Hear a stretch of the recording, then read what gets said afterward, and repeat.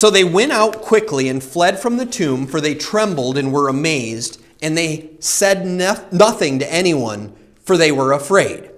Okay, so some of these ladies just took off. I don't know who, but they were like, I don't even know what to do, right? And we know what happened with Mary. We know she went and got Peter and John. We know all that situation. So now it says in verse 9, now, when he rose early on the first day of the week, he appeared first to Mary Magdalene. All right, so we read that story. Remember when he appeared to her?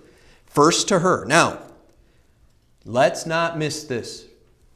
Out of whom he had cast 7 demons. That's Mary Magdalene. A woman who had been possessed with 7 demons. Wow.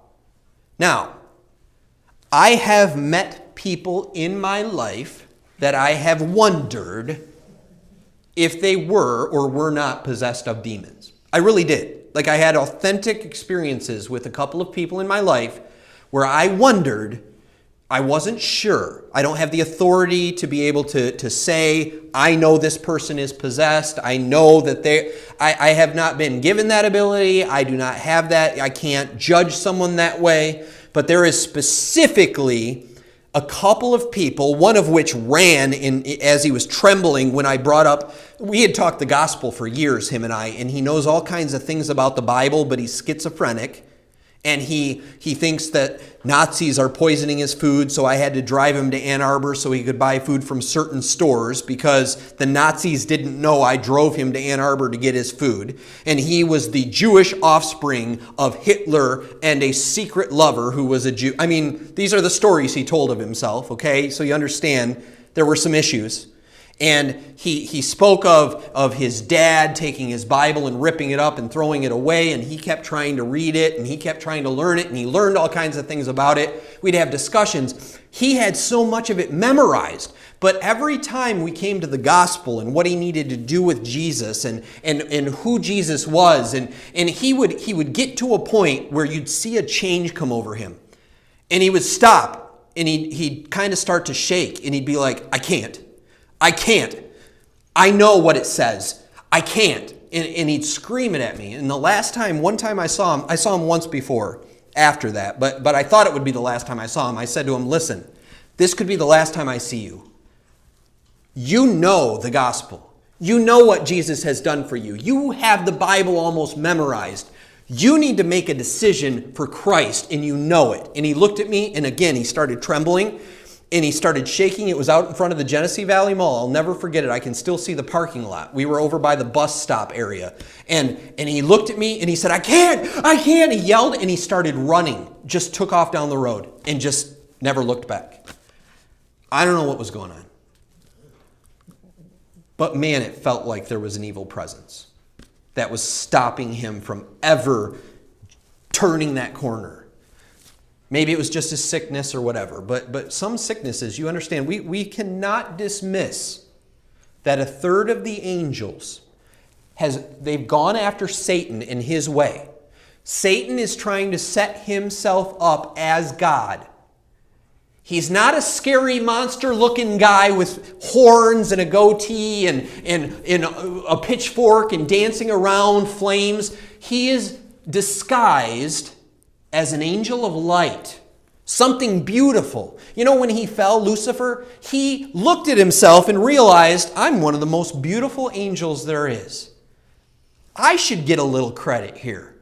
That was his sin. That's what set him into the position of, you now have taken away your glory of your God and tried to put some of it on yourself, and he got cast out, and he now is a ruler of this earth, walking around and devouring people and using these third of the angels that said, I'm going after that guy. I'm with him. That's my team now. And these demons, we call them, they're fallen angels, are principalities and powers of the air that can influence this world. The Bible teaches it. It's weird for us to talk about. Again, I can't say when someone's possessed. I'm not that guy. I can't do those things. But it can happen. The Bible has said. And we see numerous occasions. Jesus met that man in chains, and we're going to read a little bit about that in a moment. And while he was in those chains, and he breaks through the chains and different things, people can't keep him chained. He lives in caves. And Jesus says to him, "What's your name?" And he says, "We are legion, for we are many." There's just a bunch of demons in this man. It's in there. Scary stuff. But we've got to understand that's our enemy, but we have God on our side. And we can't be hurt by this enemy because we are God's children. Okay, so here's Mary.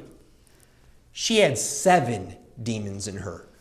This man, I wondered if he had 1. I don't know. Maybe, maybe not. But we know for a fact that this Mary, the very first one to see the risen Savior, was graciously and mercifully allowed to be in a position to be written into the Bible as the one person who got to see him first. Before Peter, before John, before all the disciples, this ex-demon possessed woman was the first. I don't care what your problems are, what you've been through, what you've done. You, through grace and mercy, are so loved by your God that He would do something like this for you.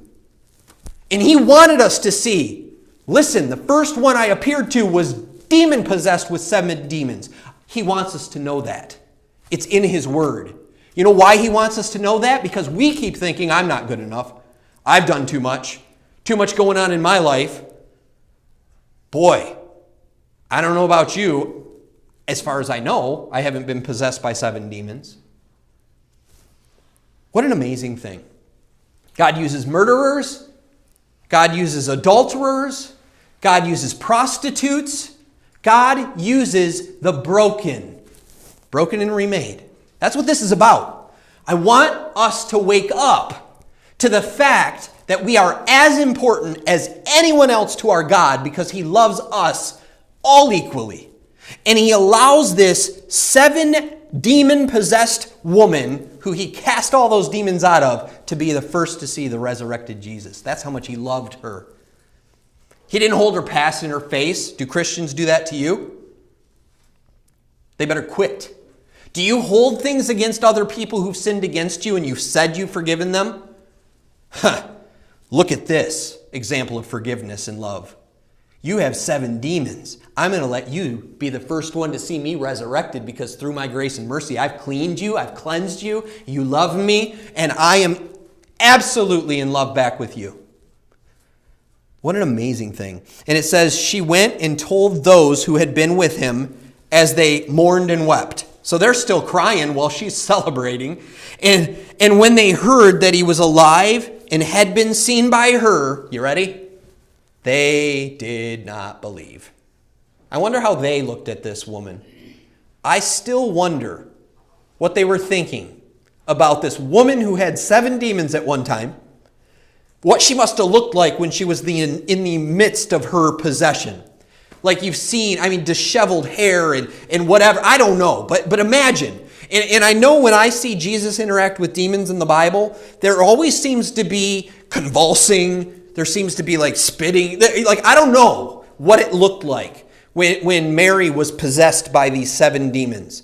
But I'm imagining some of the disciples, some of the people maybe possibly know what she looked like when she was in the middle of all that. And I wonder the respect they have for her. I don't know. But you see how we could apply that in our lives as far as how people might look at us based on what our history is? And she says, okay, listen, I just saw him. He is risen. Isn't this kind of a response to our gospel message a lot of times when we share that excitement with some of our family and friends who don't believe? Oh, they don't believe me. And then after that, he appeared in another form to 2 of them as they walked and went into the country. That was the road of Emmaus, or however you pronounce that, right? And there were 2 disciples, and he appears to them. And they went and they told it to the rest. Ready? But they did not believe them either. I think it's a beautiful picture that God keeps using everyone but the main boys right now. And they're the ones that lack faith. God actually wrote about Peter and John and the disciples that they didn't believe the first woman. They didn't believe those two disciples